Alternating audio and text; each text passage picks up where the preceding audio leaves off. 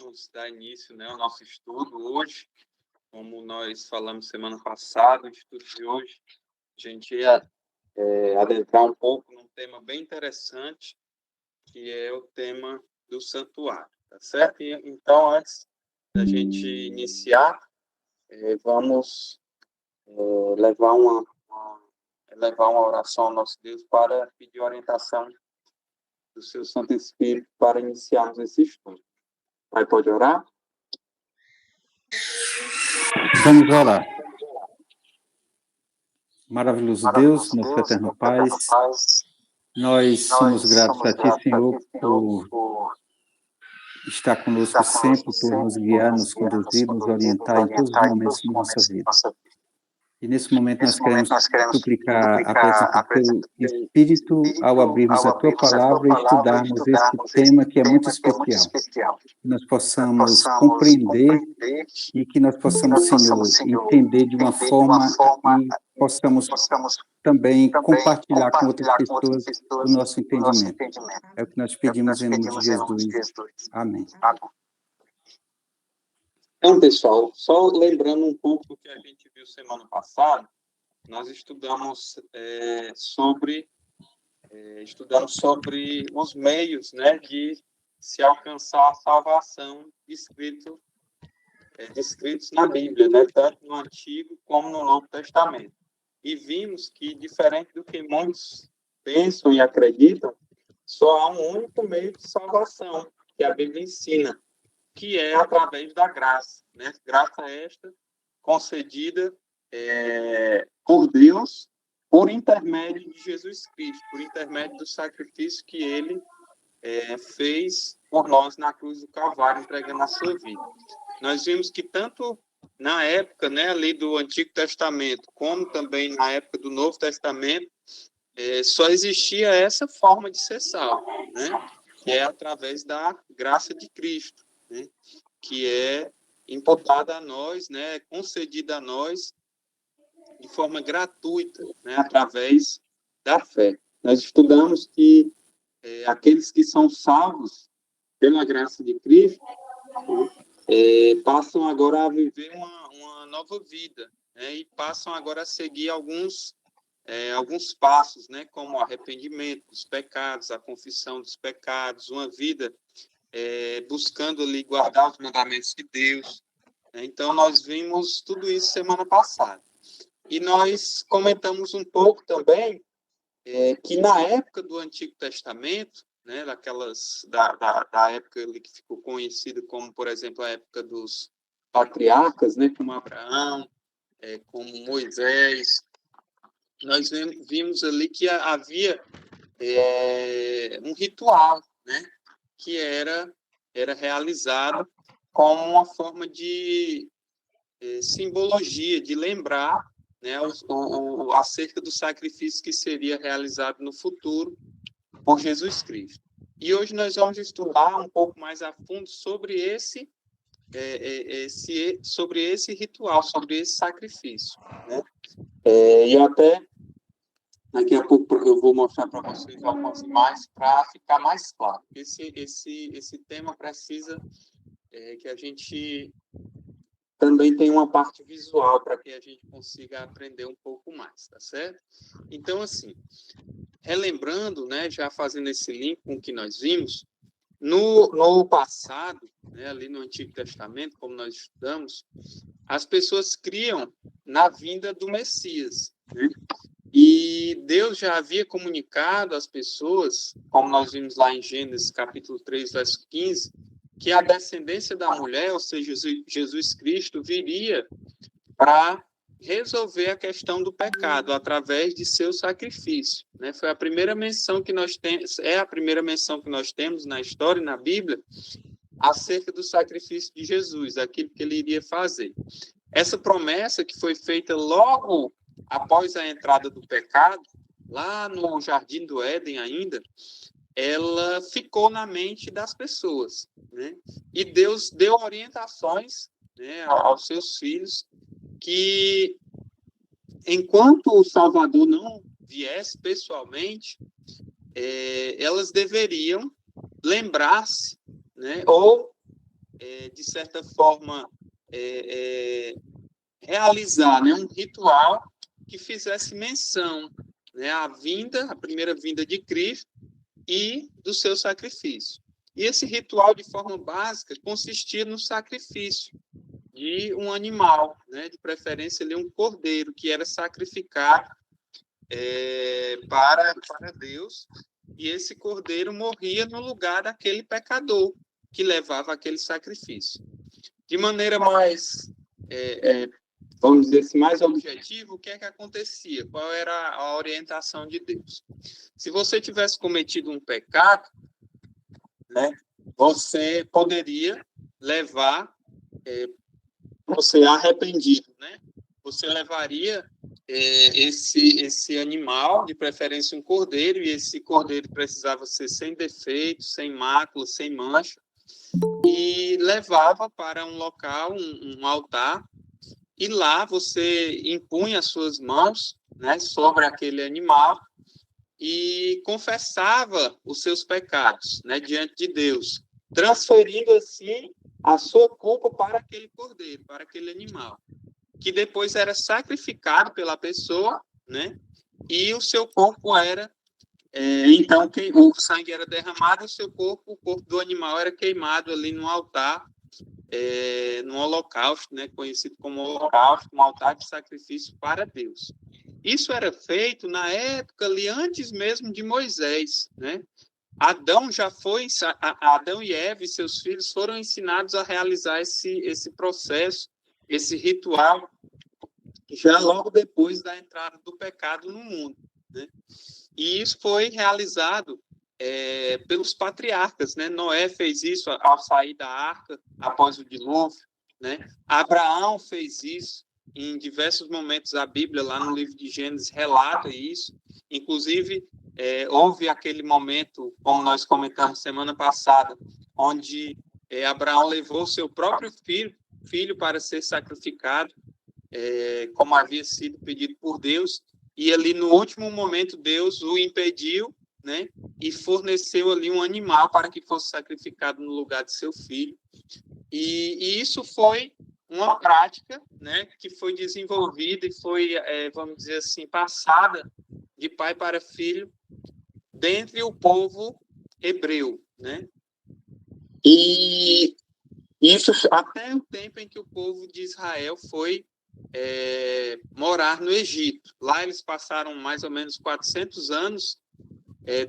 Dentre esses anos, muitos anos eles passaram como escravos no Egito e perderam muito desse conhecimento. Foi quando Deus, né, levantou um homem, Moisés, né, que seria o libertador daquele povo. Você pode ver todo esse relato que eu estou contando agora lá no livro de Êxodo, é o segundo livro da Bíblia, né? Moisés, então, liberta o povo de Israel, que já agora é uma grande nação, com mais de 2 milhões de homens, e sai do Egito, né, em direção à terra de Canaã, que havia sido prometida a esse povo. Nesse processo, né, de saída do Egito até chegarem a Canaã, eles passaram cerca de 40 anos no deserto, né, nessa viagem. E dentro desse tempo, Deus comunicou muitas informações através de Moisés para aquele povo, porque o desejo de Deus era santificar aquele povo e que aquele povo passasse agora a ser o seu povo escolhido, né, o seu povo distinto na terra, né? E assim Moisés foi, vamos dizer assim, o porta-voz, né? Ele foi um profeta de Deus, foi o porta-voz de Deus para aquela nação. E Deus levou várias informações, né? Vários estatutos, vários mandamentos, várias leis para aquele povo através de Moisés. E como nós vemos, e nós vamos abrir agora nosso primeiro texto, lá em Êxodo, capítulo 25, verso 8, nós vemos aqui um pedido especial que Deus fez para aquele povo por intermédio de Moisés. Êxodo capítulo 25, verso 8. queria que você abrisse aí a Bíblia para a gente poder acompanhar esse texto junto.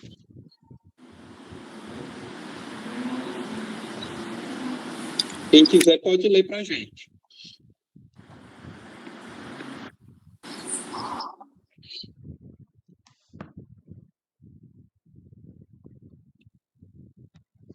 Eu posso ler. E farão para mim Um um santuário santuário para que eu possa para que habitar eu no possa meio habitar deles. no meio deles. Então, a continuação até do texto, Dani, você pode ler o verso seguinte.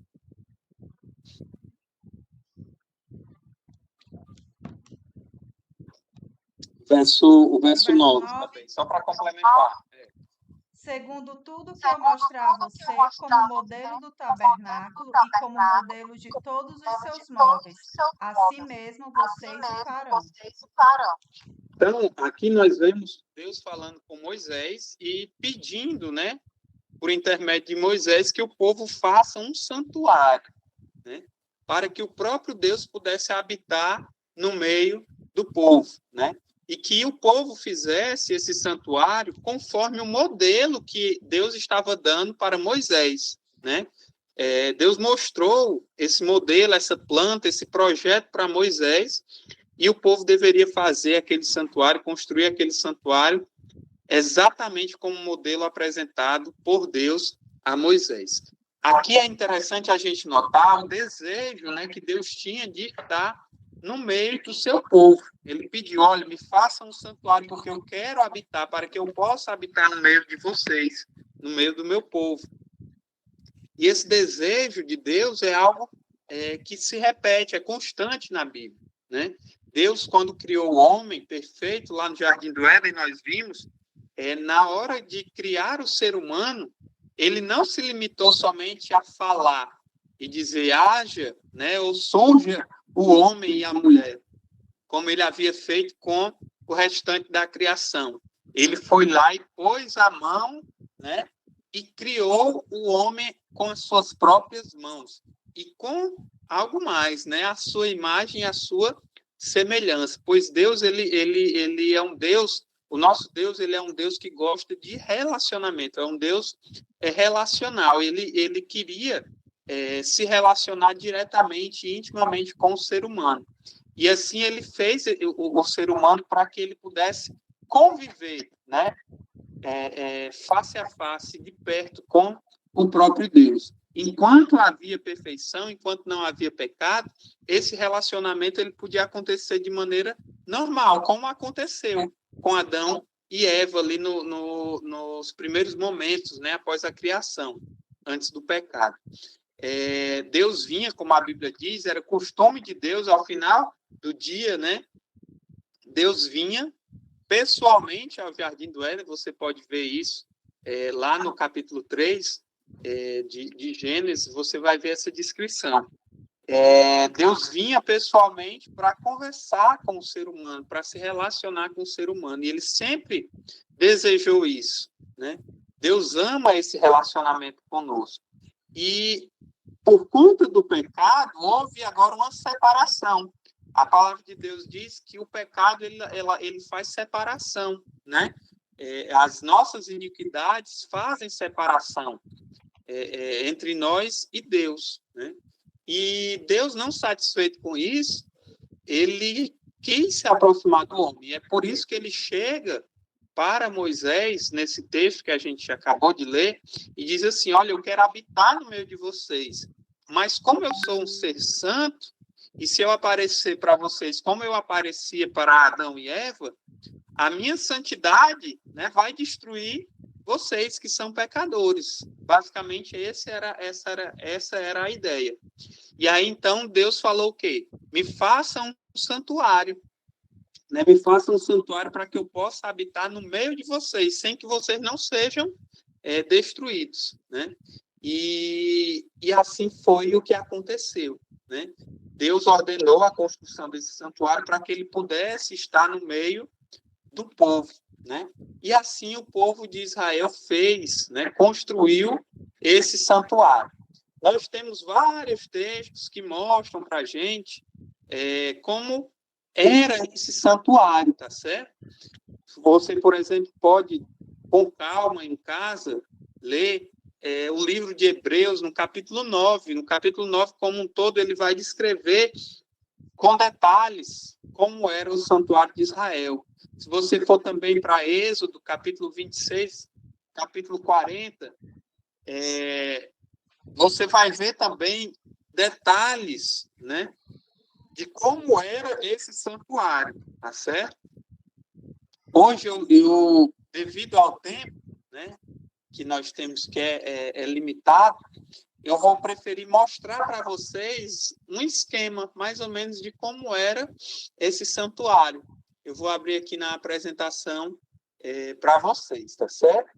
Só um desenhozinho mostrando mais ou menos como era o santuário, que fica mais fácil para a gente aprender e gravar na nossa mente, tá certo? O santuário era algo muito detalhado, como a gente falou, em Hebreus capítulo 9, Êxodo capítulo 26, capítulo 40, vão trazer detalhes que Deus deixou bem explicados para o povo, para que esse projeto, né, arquitetônico, vamos dizer assim, fosse executado da melhor maneira possível, para que chegasse ali a construção desse templo, né? A gente vê aqui mais ou menos um esquema de como era o santuário lá de Israel na época que o povo esteve no deserto, tá certo?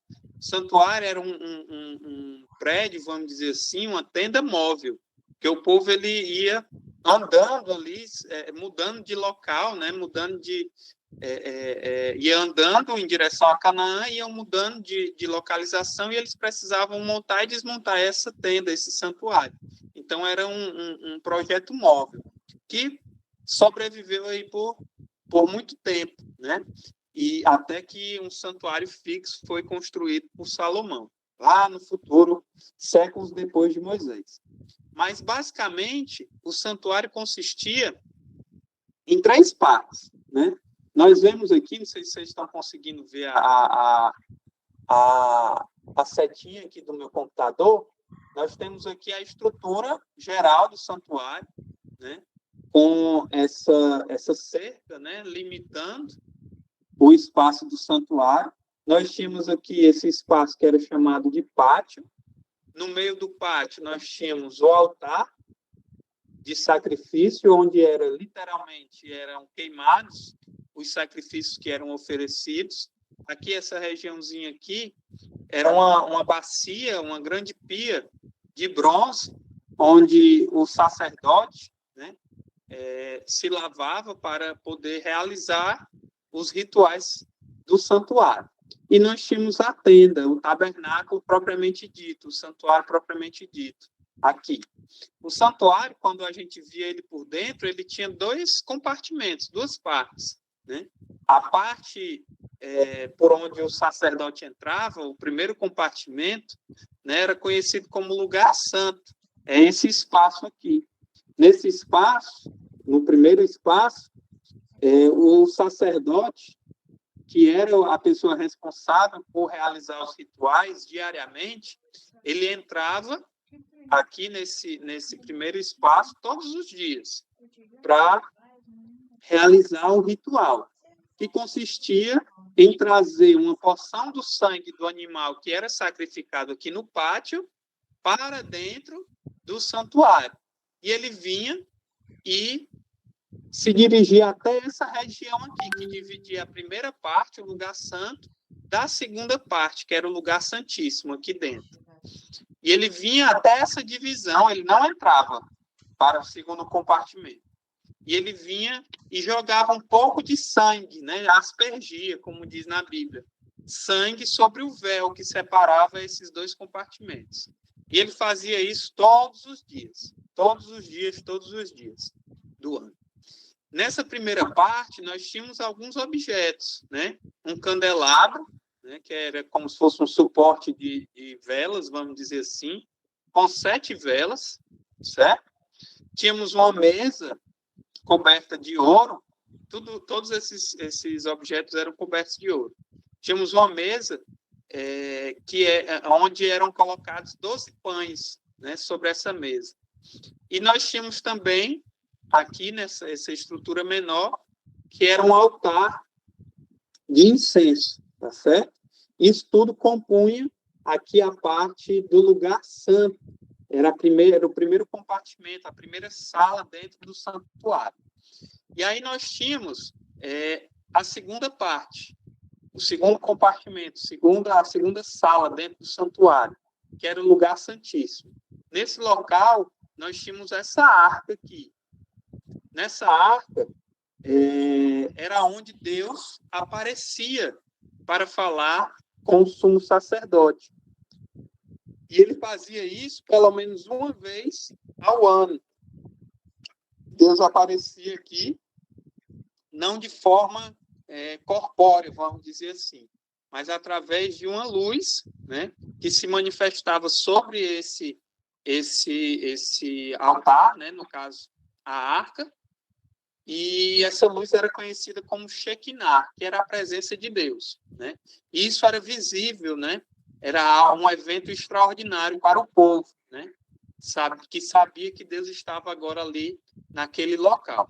Esse evento, né, em particular, que era um dia que acontecia uma vez por ano, onde o líder, vamos dizer assim, o chefe dos sacerdotes, que era conhecido como sumo sacerdote, podia entrar nesse segundo compartimento, né, para realizar o processo de purificação, de limpeza, né, desse santuário, tá certo?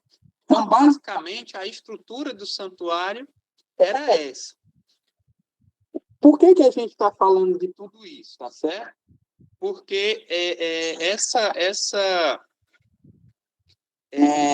essa estrutura e todos esses objetos aqui, eles tinham uma simbologia específica, tá certo? Eles representavam algo de grande importância, né? Algo que Deus queria transmitir para o seu povo, né? Em resumo, né, toda essa estrutura do santuário, com esses objetos e seus símbolos ali, eles queriam representar o que nós conhecemos como a obra, né, expiatória de Jesus. O que isso quer dizer? Mudando essa palavra assim para a gente entender melhor ainda. Tudo isto aqui no santuário, tudo isto representava o processo pelo qual Jesus nos salva, certo? O santuário como um todo, todos os seus objetos, todos os rituais que eram realizados aqui dentro desse santuário, eles simbolizavam a obra que Jesus iria desempenhar para salvar a humanidade, tá certo? Como Jesus ainda não tinha vindo, né, para morrer em nosso lugar na cruz, era necessário que o povo se lembrasse e realizasse esse ritual dentro desse santuário como uma forma de depositar os seus pecados, né, sobre aquele que viria no futuro para salvar aquele povo e toda a humanidade dos seus pecados, né? Era uma forma de simbolizar o processo de salvação que Jesus iria desempenhar. Então, se a gente fosse aqui estudar com detalhes, né, cada símbolo desse do santuário, a gente ia passar aqui vários dias, né, estudando cada detalhezinho desse, porque há uma grande simbologia por trás de cada objeto desse, por trás de cada passo que era dado pelos sacerdotes dentro do santuário.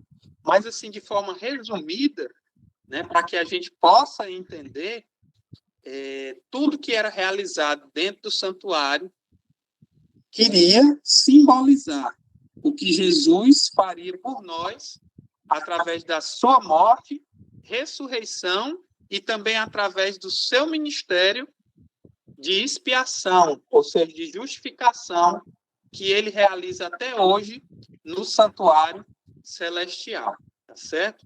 Então, eu gostaria muito que isso ficasse claro assim, na nossa mente, né? Porque essa compreensão, infelizmente, foi sendo perdida, né? Muitos não entendem que a Bíblia ela dá uma grande importância a esse ensinamento do santuário, né? Quando a gente compreende o que acontecia no santuário celestial, a gente passa a entender melhor, com mais profundidade, o que Cristo fez e o que ele faz ainda hoje para nos salvar, certo? A obra que era realizada no santuário de Israel, ela mostra para nós claramente todo o processo de salvação, nos mínimos detalhes, né? Toda a participação de Deus, do Espírito Santo e principalmente de Jesus, né? Aquilo que ele precisou fazer para nos salvar, tá certo? Então, lá em Êxodo, capítulo 29, do verso 38 até o verso 42, é mostrado para a gente, assim, de forma bem objetiva, como era esse processo, né? O que é que consistia esse ritual, né? Do santuário. De forma resumida, todos os dias, cordeiros, né? Animais, eram sacrificados, eram levados para o santuário, e lá, naquele altar que ficava ali no pátio do santuário, esses animais eram sacrificados, né? Um no começo do dia e outro ao final do dia, né? Vamos dizer, um pela manhã e um à tarde, né? Um cordeiro de manhã e um cordeiro à tarde eram sacrificados. Esse cordeiro representando, simbolizando a Jesus. Lembra que semana passada eu falei para vocês que João Batista, quando viu Jesus ali se aproximando dele, momentos antes, né, de batizá-lo, João Batista olhou para Jesus e disse: eis o Cordeiro de Deus, né, que tira o pecado do mundo, né? E João Batista, ele teve esse vislumbre, né? Quando viu a Jesus, ele foi tocado pelo Espírito Santo para afirmar estas palavras, né?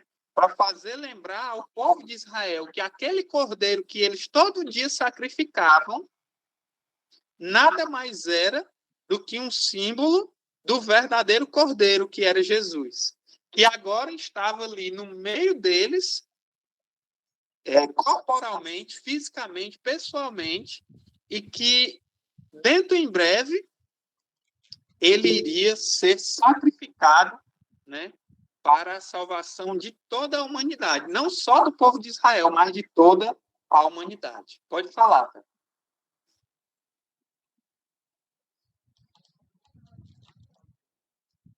Não tá saindo a voz do senhor. O microfone está desligado. Só ler essa passagem que você disse, capítulo 29, o verso 38 e 39 de Êxodo, né? Que diz o seguinte: isto é o que oferecerás sobre o altar, 2 cordeiros de um ano, cada dia, né? Continuamente. Um cordeiro oferecerás pela manhã e outro ao pôr do sol. Como você disse, tudo que acontecia no santuário, ele tinha um significado, né? Que apontava para a morte de Jesus. O interessante é que hora foi que Jesus foi crucificado? A Bíblia diz que ele foi crucificado na terceira hora, 9 horas do dia, né? E ele morreu na hora nona, 3 horas da tarde. É exatamente as horas em que o cordeiro ele era sacrificado pela manhã e à tarde, né? Exatamente os horários em que Jesus foi crucificado e o horário em que ele morreu. Exatamente. Jesus ele cumpriu, né, em detalhes, né, tudo que havia sido predito, né, que ele, como Messias, né, cumpriria ou deveria cumprir. Né? Quando ele encarnou, ele seguiu, né, exatamente aquilo que era necessário que ele fizesse. Né? Por isso que em alguns momentos ele dizia, olha, ainda não chegou a hora, não chegou a minha hora. Ele, por exemplo, ele deixou para afirmar que era o Messias já no final do seu ministério, né? Tanto que só depois que ele disse que ele era o Messias foi que houve toda aquela trama para o matá-lo, né? E então Cristo ele seguiu, né? Em todos os passos que ele deu, toda a sua obra durante os 3 anos e meio que ele passou aqui na Terra, no seu ministério ativo, né? Que foram 3 anos e meio.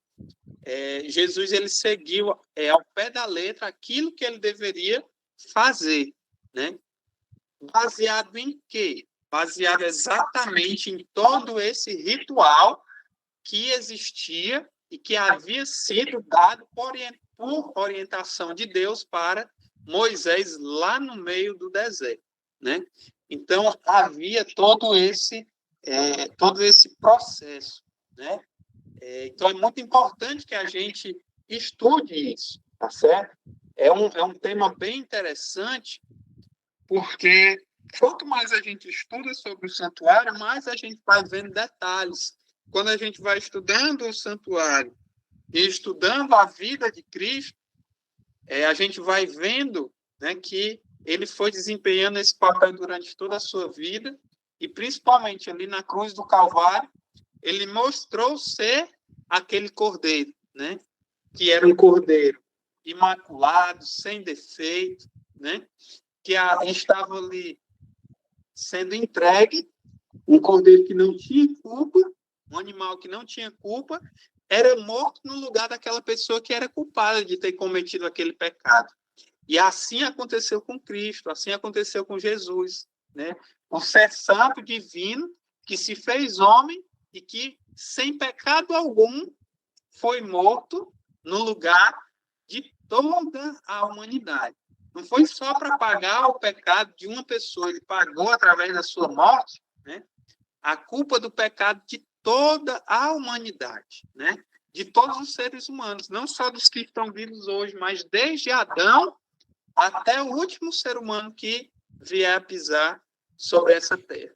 Então, o sacrifício de Jesus que ele desempenhou e que ele se entregou lá na cruz do Calvário, cumpriu exatamente o que João Batista disse. Este é o Cordeiro de Deus que tira o pecado do mundo. O próprio Jesus afirmou, né, que Deus amou o mundo de tal maneira que entregou o seu filho, o seu único filho, para morrer em nosso lugar, morrer no lugar de todo aquele que nele crê, né, para que todos tenham a vida eterna.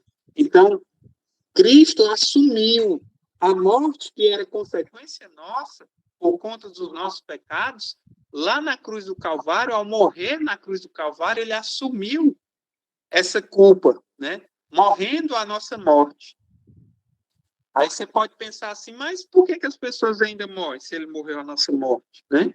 Na realidade, a morte que Jesus morreu lá na cruz do Calvário é a morte eterna.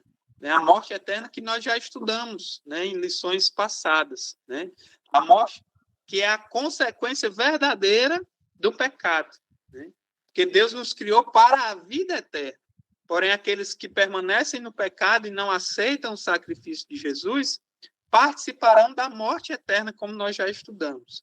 E Jesus, ele, ao morrer na cruz do Calvário, ele pagou esse preço para que nós não morramos a morte eterna. Por isso que a Bíblia diz, ó, quando a gente está em Cristo, mesmo que morra, viverá.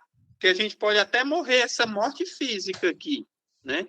Mas se nós morrermos em Cristo, ansiando e esperando a sua volta, né, e aceitando o seu sacrifício, como nós já estudamos, ressuscitaremos, né, para viver com ele a vida eterna e não passar pela segunda morte como os ímpios passarão.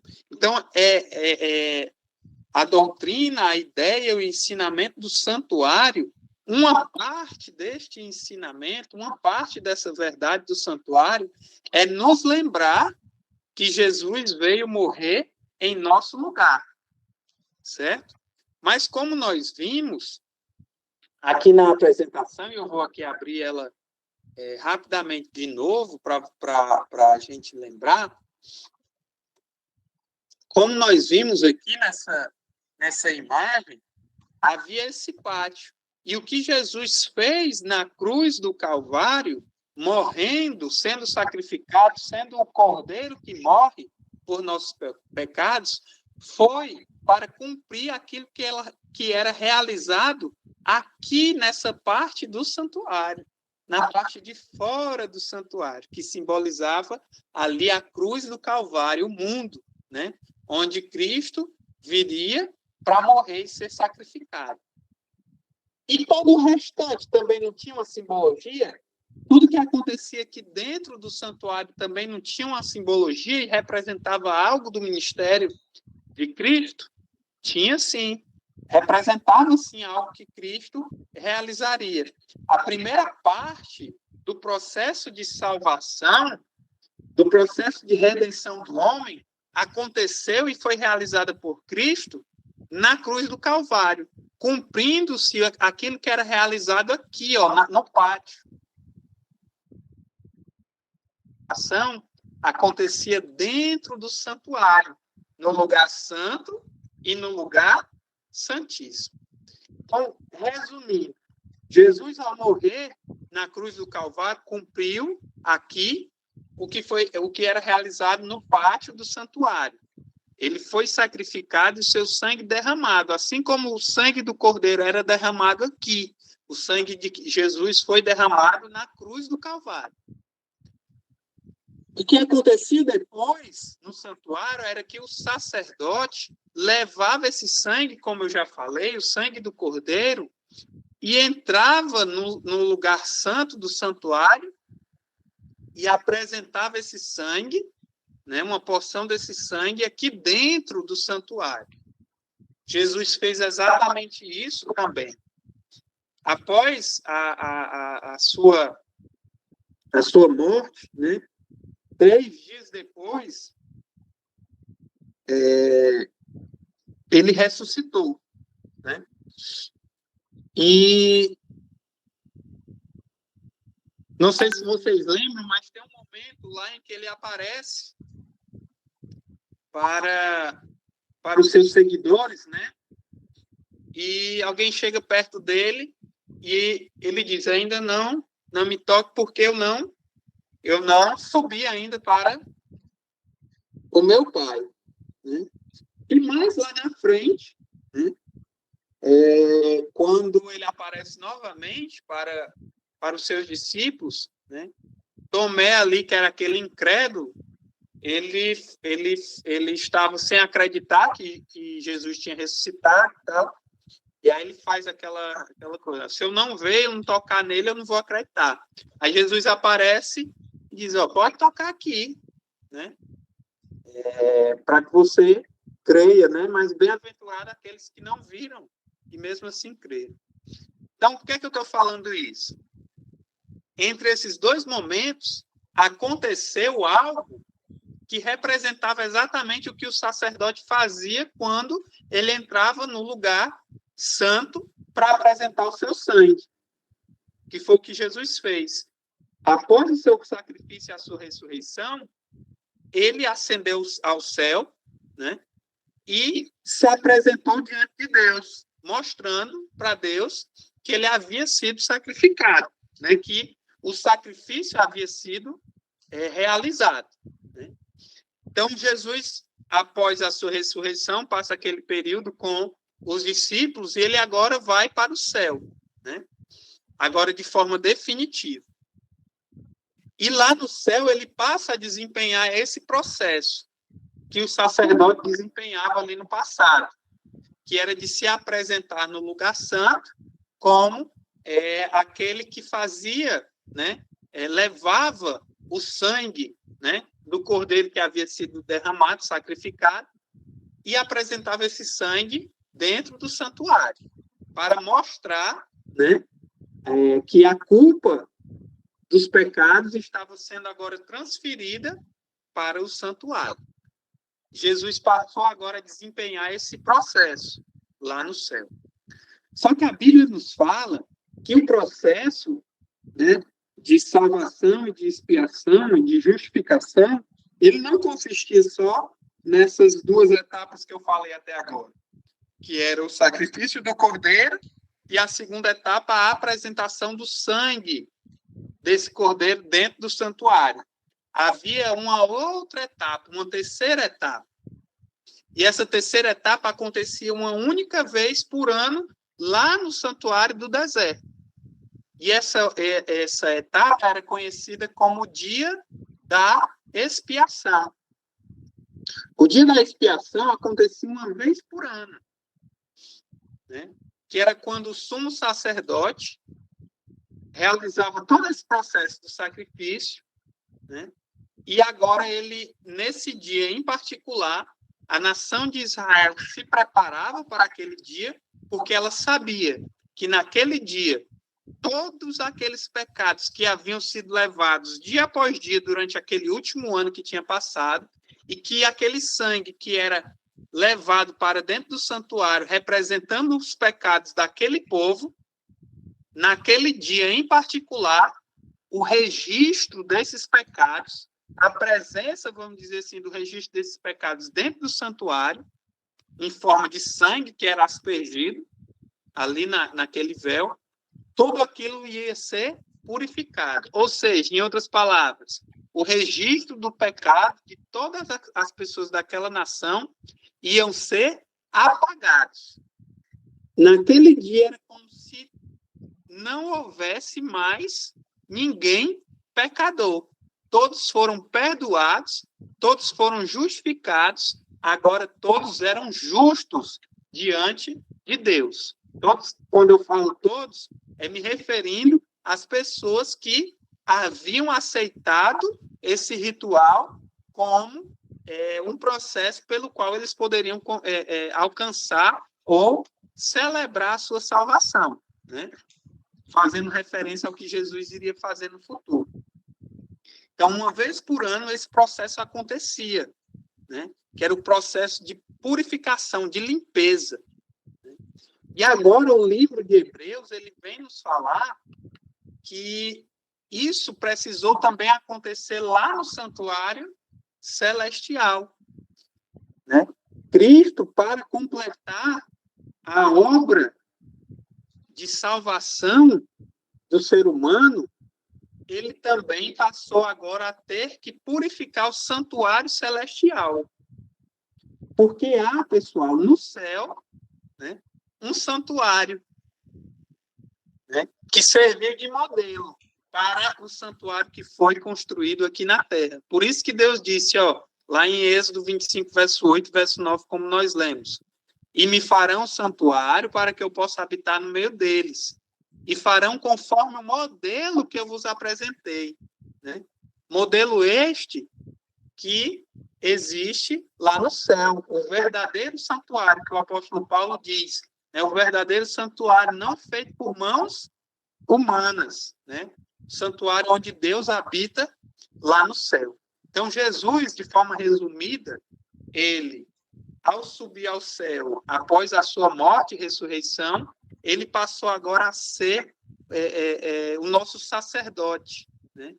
O próprio apóstolo Paulo, no livro de Hebreus, ele chama a Cristo de sacerdote. Pai, o senhor pode abrir esse texto, por favor, lá em Hebreus, e ler para a gente, para que fique bem claro, né? Mostrando a Bíblia chamando Jesus de nosso sacerdote, não só de sacerdote, mas também de sumo sacerdote. Pronto.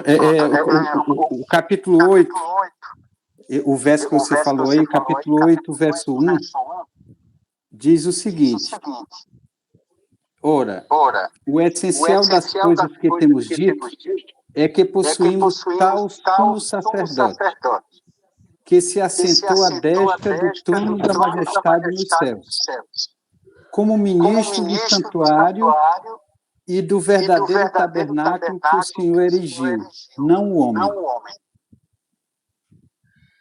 Exatamente. Então, Paulo, aqui no livro de Hebreus, ele deixa claro para nós que Jesus é o nosso sumo sacerdote e ele opera, né, a nossa salvação, assim como o sacerdote e o sumo sacerdote lá do antigo Israel faziam no meio do deserto. Jesus faz exatamente esse processo, só que agora de forma eficaz, verdadeiramente eficaz. Aquilo que era simbologia no deserto, na época de Moisés e dos reis de Israel, hoje é realizado de forma efetiva, verdadeiramente eficaz, porque o verdadeiro Cordeiro de Deus foi morto por nós, que é Jesus Cristo, né? E o seu sangue foi levado para a presença de Deus no santuário celestial, como o apóstolo Paulo fala aqui em Hebreus, né? E o processo de salvação está sendo agora desempenhado, desenrolado diante da presença de Deus lá no santuário do céu, né? Então, de forma resumida, porque nós já estamos finalizando aqui o nosso tempo, nós temos hoje que crer, segundo a Bíblia, precisamos aceitar, segundo a Bíblia, que a nossa salvação ela é operada por Jesus desde a cruz, quando ele veio e morreu por nós, cumprindo a sua função, vamos dizer assim, o seu papel como sacrifício, como cordeiro que morreu em nosso lugar, um ser que era imaculado, sem pecado algum, inocente, e morreu no lugar de pecadores como nós. Ele começou esse processo lá, há 2000 anos atrás, lá na cruz do Calvário. E ele continua o processo de salvação hoje, lá no santuário celestial. Por isso que o apóstolo Paulo diz, o essencial das coisas que nós temos dito é que nós temos um sumo sacerdote que está à direita da majestade de Deus, ministrando, ou seja, operando, né, a nossa salvação diante da presença de Deus, no tabernáculo, no santuário do céu. Santuário esse que foi construído pelo próprio Deus e não por homens, né? Então, hoje nós temos a tranquilidade, vamos dizer assim, a graça e a oportunidade de nos achegarmos a Deus através de Jesus. Eu gosto sempre de falar que hoje nós podemos nos apresentar diante de Deus sem a preocupação de sermos destruídos pela sua santidade. Por quê? Porque quem faz essa apresentação é Cristo em nosso lugar. Cristo hoje lá no céu, quando eu me arrependo, quando eu confesso o meu pecado, quando eu aceito que Jesus é o meu único meio de salvação, quando eu aceito que Jesus derramou o seu sangue em meu lugar, morreu em meu lugar, quando eu aceito a graça da salvação de Cristo Jesus, Jesus se apresenta diante de Deus e fala para Deus assim, olha, o que o Júnior precisava, ou o que o Júnior merecia na realidade, era a morte, porque ele é pecador. Porém, ele se arrependeu, ele confessou os seus pecados e aceitou aquilo que eu fiz por ele lá na cruz do Calvário. Por isso eu estou aqui diante da sua presença, da presença de Deus, me colocando no lugar dele, representando ele diante do Senhor, para que o Senhor o perdoe e o salve. É exatamente isso que Jesus faz por nós lá no céu. Isso é maravilhoso, pessoal. A gente não precisa de ninguém além de Jesus para alcançar a graça de ser salvo, né? De sermos salvos. Jesus está operando exatamente essa salvação por nós a cada instante. Sempre que a gente busca a graça de Cristo, ela está lá disponível para nós. Então, isso é algo que nós precisamos entender, né? A salvação ela é operada continuamente por intermédio de Jesus no santuário celestial. Existem alguns detalhes que, devido ao tempo, a gente não vai conseguir, vamos dizer assim, detalhar, né, completamente hoje. Nós só temos 5 minutos e a gente já vai encerrar. Mas eu acho, Dani, que, como você falou, né, semana passada, eu acho que vale a pena a gente dar essa pausa aqui hoje e, na próxima semana, a gente estudar a segunda parte, né, que é a parte da expiação, né? O que é que Jesus está fazendo realmente por nós lá no Santuário Celestial, né? E o que é que isso tem a ver com o tempo do fim, né? Com os eventos finais. Eu acho que vale a pena a gente estudar isso, porque isso, assim, de forma mais direcionada, mais detalhada. Hoje eu acho que valeu a pena a gente entender que existia esse santuário, entender um pouco desse ritual. E na semana que vem a gente se aprofunda mais na questão da expiação, né? Da purificação que é realizada hoje por Cristo Jesus no Santuário Celestial. Pode ser assim, Dani? Eu super concordo. Semana passada eu falei que esse era um tema que ia render bastante. Falei também que era um tema que ia trazer assuntos históricos, né? Mas, como você falou, é um tema gigante que não dá para a gente abordar num assunto só. É um tema que é estudado também quando a gente estuda profecias, né, que é muito mais aprofundado quando a gente estuda profecias, e quem sabe lá na frente, quando a gente terminar essa primeira leva do nosso estudo, a gente inicia aí um estudo de profecias. Mas semana que vem, sem dúvidas, a gente vai estudar essa parte, né, da expiação para a gente compreender ainda melhor esse tema. A Lara disse que é muito relevante, né, o tema. Que bom, Lara, que você gostou. E a gente fica muito feliz que vocês tenham acompanhado e podido compreender aí um pouco desse amor grandioso. Eu acho que o santuário, ele mostra todo o amor e cuidado que Deus tem por seus filhos, né? Antes da gente finalizar e fazer uma oração, eu queria fazer um convite a vocês que moram aqui em Quixadá, né, que estão aqui com a gente. Amanhã a gente vai ter uma programação na igreja muito legal, onde o Júnior ele estará pregando. Então, se você sente o desejo de estar conosco, né, a gente está passando as férias aqui em Quixadá, essa semana ele já vai embora. Se você tem o desejo de estar conosco, adorando e louvando o nosso Criador, amanhã, a partir das 19h15, lá na Igreja Adventista, no Campo Novo, eu posso passar o endereço direitinho para quem desejar, vai ter um culto de louvor e adoração ao Senhor com o tema Milagres de Jesus. Então, você se sinta convidado.